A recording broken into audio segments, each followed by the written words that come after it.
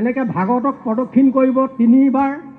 ইয়াত পিছে ভাগৱত ভাগী প্ৰতিষ্ঠা কৰাটো নাটঘৰৰ অনুষ্ঠান হিচাপে আচলতে চাবলৈ গ'লে হোৱা নাই মোৰ ফালৰ পৰা দেই।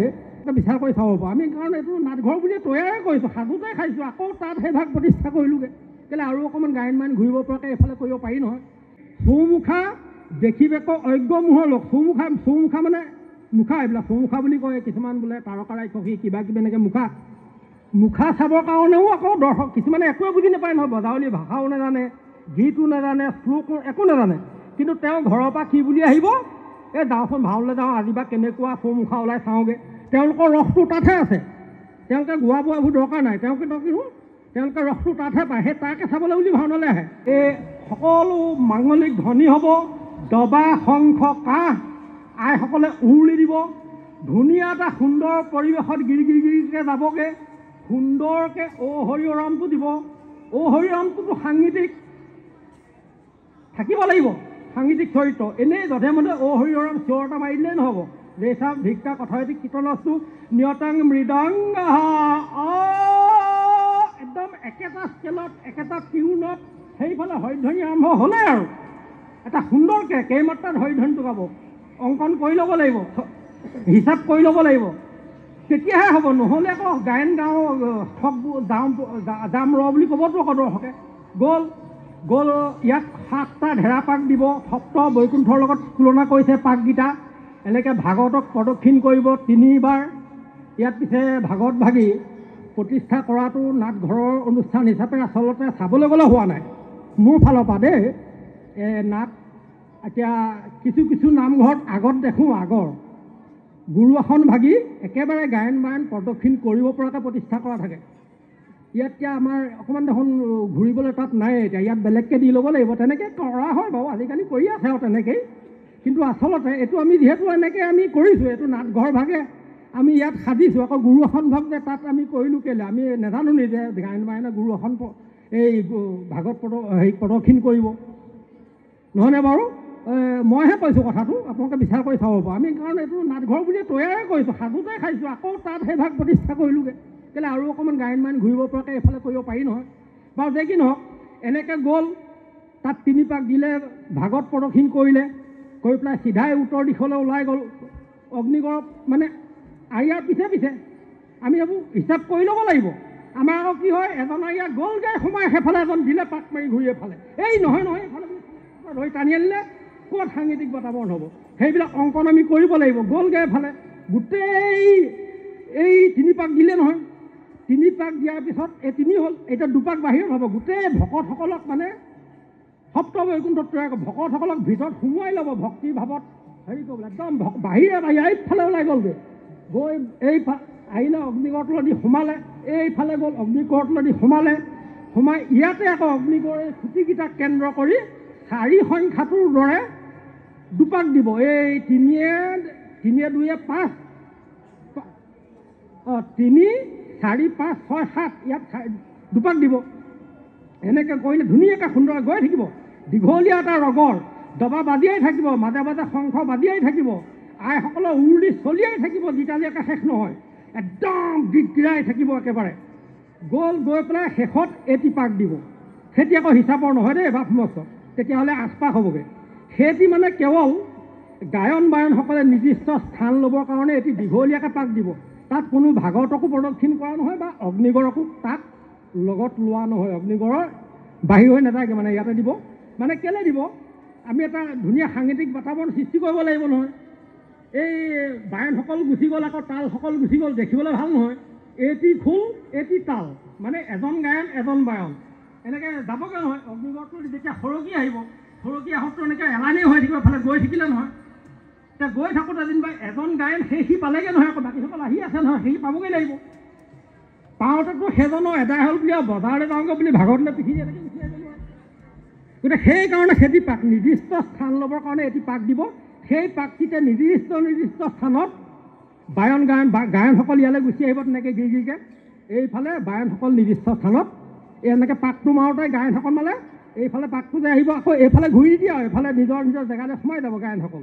বায়নসকল তেনেকৈ নিজৰ স্থানলৈ ধেই দাওঁ ধিন একদম আহি গ'ল আৰু ৰ'বলৈ খন্দা ছিগিবলৈ নাই।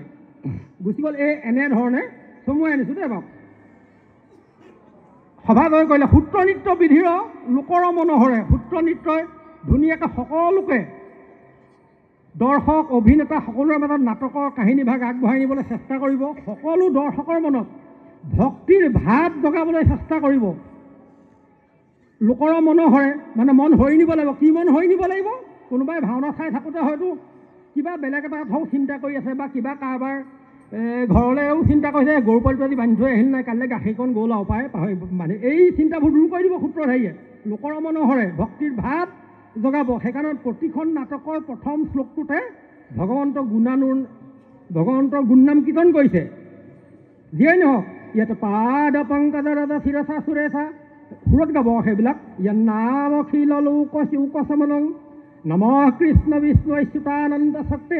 যিয়ে নোবোলক প্ৰতিটো নান্দী শ্লোক, নান্দী মানে স্তুতি, ভগৱানৰ প্ৰাৰ্থনা, এই শ্লোকটোত প্ৰভু ভগৱন্তৰ গুণগান কীৰ্তন কৰিছে। কীৰ্তন কৰি আহে সভাসদ লোক বুলি আৰু সূত্ৰধাৰীয়ে সেইবিলাক কৈ গ'ল নহয়। সেইকাৰণে নাটকৰ নামটো কওঁতেই সকলো ভকতক এই নাটক চালে মুক্তি সাধন হ'ব বুলি কৈছে, পুণ্য হ'ব বুলি সূত্ৰধাৰীয়ে কৈ থৈ যায়। ভো ভো সমাধিকা দুয়ংসিনুদ্ধং শ্ৰদ্ধয়া ধুনা বুধা। যিয়ে নহওক শ্ৰীৰাম বিজয়ন নাম নাটকং, শ্ৰীৰাম বিজয় নাম নাটকং মুক্তি সাধক মে হৰি ৰাম ৰাম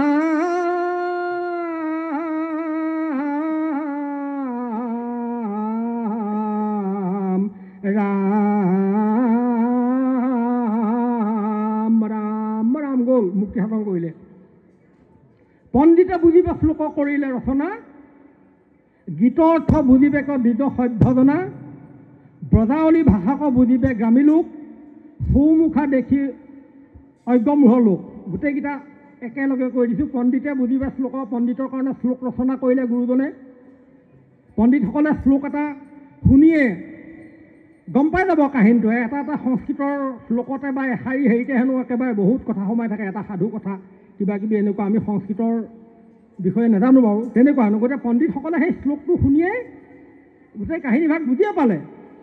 এইখিলা বোলে নাটকখনৰ এইখিলা পাতত যিখিনি কাহিনী আছে শ্লোকত গম পালেই। আকৌ তেনেকৈ আৰু গীতৰ অৰ্থ বুজি আকৌ নিজ সভ্য জনা। এই শ্লোক বুজি নোপোৱাজনে সেই গীতৰ অৰ্থটোত বুজি পাব।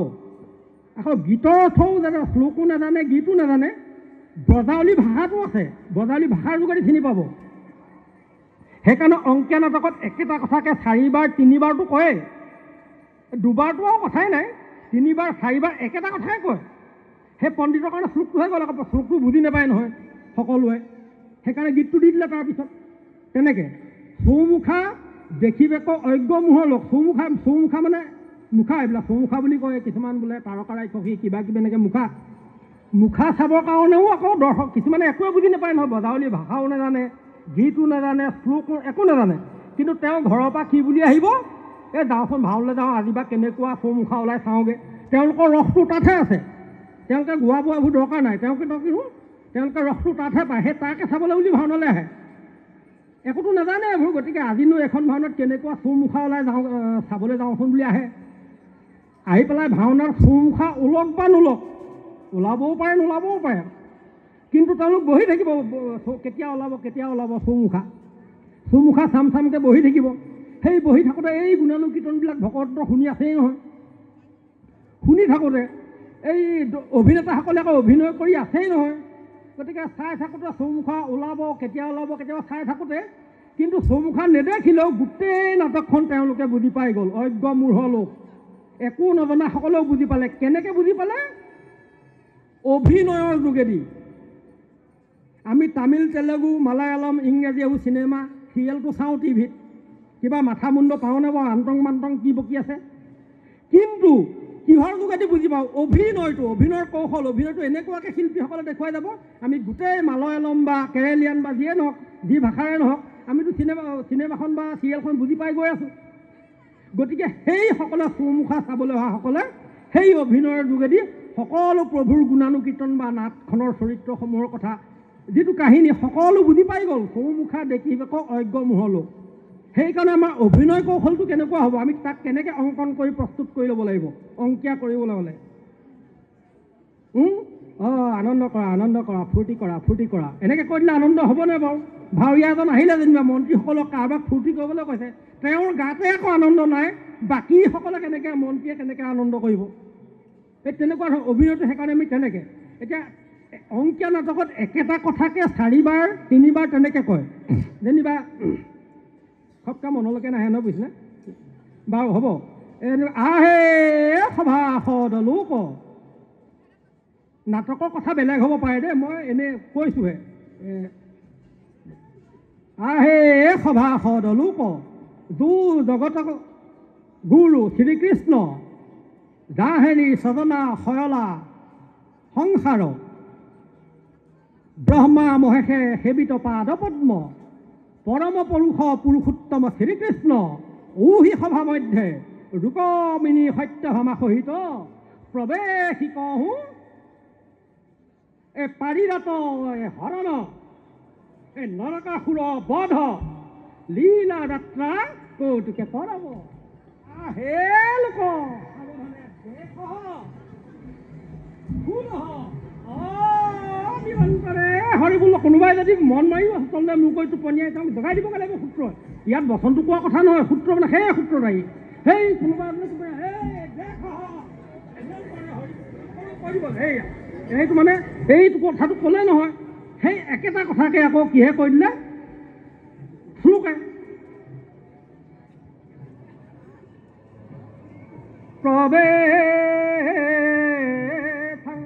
দেৱ গোবিন্দ গৰুড়াচল, মানে গৌৰৱপুখীত সেই কথাটোকে কৈছে। নৰকাসুৰক বধ,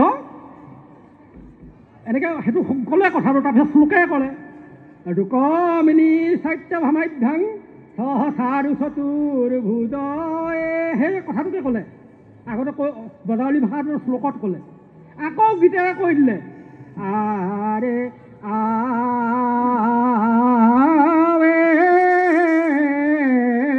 গৰুড় কে,